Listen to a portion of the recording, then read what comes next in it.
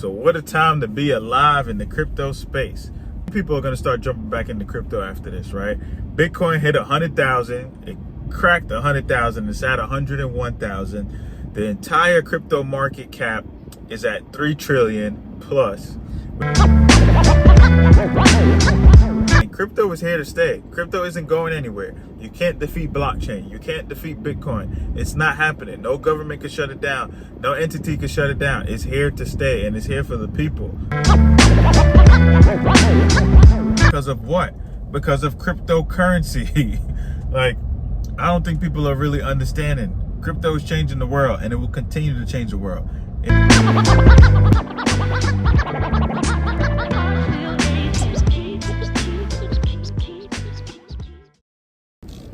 Ayo, what's good? It's your boy Dre La Soul here with some more crypto news and crypto wisdom for your head top. So what a time to be alive in the crypto space, right? What a time to be alive. So many people are going to start jumping back into crypto after this, right? Bitcoin hit 100,000. It cracked 100,000. It's at 101,000. The entire crypto market cap is at 3 trillion plus. We got Solana soaring 9% for today. And we got Ethereum starting to soar as well. So things are looking real good, right? And this is all based on global trade optimism. This global trade optimism is sending the crypto market flying, and analysts believe that this is just the beginning of a larger move. And I believe that this is the beginning of a larger move as well.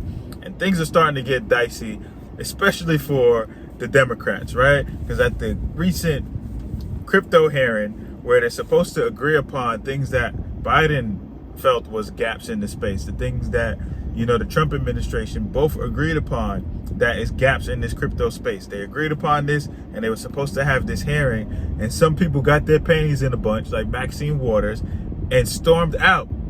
You know, they couldn't even get their intro out without her giving some objections on how she felt about crypto and Trump and the scams and the corruption and so on and so forth. Take a look at this clip. The intro couldn't even get started. Take a look at this.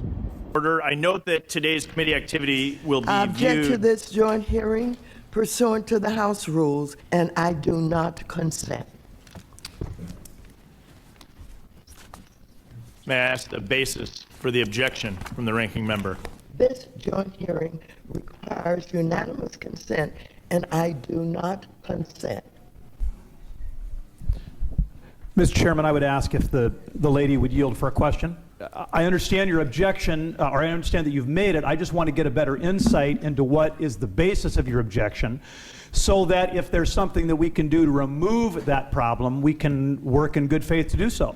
I object to this joint hearing because of the corruption of the President of the United States and his ownership of crypto and his oversight of all the agencies. I object. Yes, that was Maxine Waters getting her panties in a bunch, getting all uptight about this crypto debacle that, you know, Trump created with introducing the meme coin and then investing in cryptocurrency. They think it's corruption. They think it might be insider trading. Who knows what they think?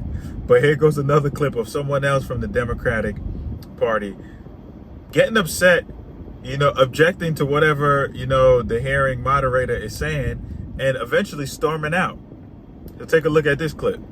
Upon her objection. I insist, and I'd like everyone to join me in CVC room 217, Trump's crypto corruption. The ranking member's objection to the meeting is heard. We'll now move on to a round Mr. Chairman, may I table. be heard on the objection? Never in American history has a sitting president so blatantly violated the ethics laws. I asked the ranking member. The gentleman was offered a moment to comment. The gentleman was offered a moment to comment on the objection.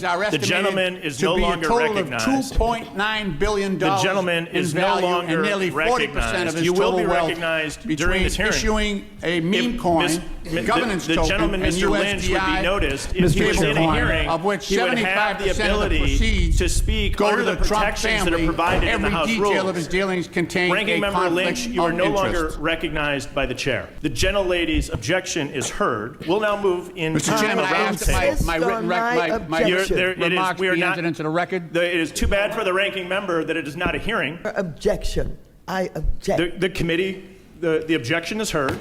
Now it's crazy because there's people on their side, the Democratic side, that agree that there is gaps in the crypto space, and crypto is here to stay. Crypto isn't going anywhere. You can't defeat blockchain. You can't defeat Bitcoin. It's not happening. No government can shut it down. No entity can shut it down. It's here to stay, and it's here for the people, right? And this is something that they agreed upon, but yet and still, they still got into their feelings and they stormed out. So take a look at this clip. One of their own cronies is saying that, it was kind of, unexpected and a little bit childish that, they walked out and used and allowed their emotion to get the best of them. So take a look at this clip. I want to be really clear and set the record straight today. Through our actions today, the ranking member has thrown partisanship into what has historically been a strong, good, working bipartisan relationship. For those of you that may not know, we held a similar hearing, a similar joint hearing, former Chairman McHenry and Ranking Member Waters. The purpose of that hearing, like today's hearing, is to discuss the importance of rules for digital assets, gaps that we all agree exist, gaps that President Biden agrees that exist, gaps that President Trump agrees that exist. We left our differences at the door, and we were honest and transparent in our legislative work. The ranking member received ample notice, more than 6 weeks, and negotiated an additional witness for the minority.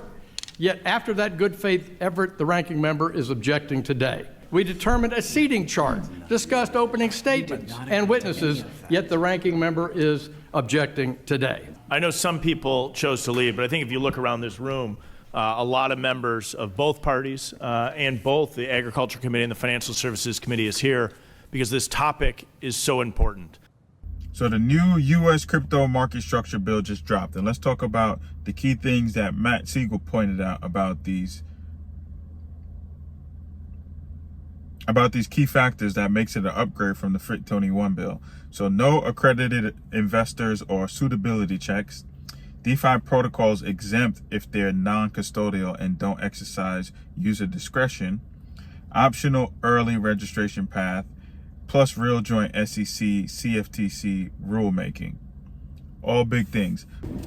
So here's a video clip of Mr. Lynch speaking about ethics and how he thinks that meme coins have no value and whatnot. And I want your thoughts on this because, he's not the first president to charge for meetings and for events and things like this. Obama's done it before, and he charged upwards of $100 and something thousand for people to be a part of events like this. So to say that they have no value, I think is asinine, and they're not really looking into the benefit of cryptocurrency and what this could create, not just for Trump, but for businesses, for IP, for content creators, for everyone, right? So what's your thoughts on this? Do you think that there is no value in meme coins? Do you think there's no value in Trump's meme coin? Do you think there's no value in cryptocurrency at all? Like, what's your thoughts? And the reason why we call it currency for a reason is because it's all the exchange of energy. If you think of current, you could also think of like the electrical current, right? It's all energy. It's just the means of exchange for the flow of energy. But what's your thoughts? Take a look at this clip. Look, if you're really hoping for the greatest future for crypto, that scamifies everything. It looks seedy, shady. First of all, do you think that's helpful to crypto? All of those measures? Sir, I have no comment on what the president or what his I family don't blame is doing. you. If I was an attorney, I wouldn't answer that question either. Mr. Benham, you're familiar with the ethics laws, and so is you, Mr. Davis. All right, just reclaiming the last 15 seconds of my time. And in an even more appalling move, President Trump advertised a private dinner. This is outrageous. Advertised a private dinner at his golf club for the top 220 investors in his meme coin. Has zero value in reality, followed by a private White House tour for the top 50. That just screams government for sale right there. So Obama was charging for plates up to $30,000. Even Hillary Clinton, she cashed in on some of these events as well. She was charging upwards of $350,000 for people to be a part of these dinners and these events and so on and so forth. So Trump doing this for his top 200 investors in the meme coin, I don't really see what the difference is, and I don't really see the issue, and he's being future forward. So, what's your thoughts? So this is nothing new. Even Jim Hunt back in President Carter's days was complaining about $1,000 play, right? So there's been a litany of different situations where this is not new. People or presidential candidates, politicians have been charging for these events. So the fact that Trump actually made it exclusive to the top investors is actually better, because not just anyone with bread could jump in, right? So, I mean, what's your thoughts? So in order to be eligible for Trump's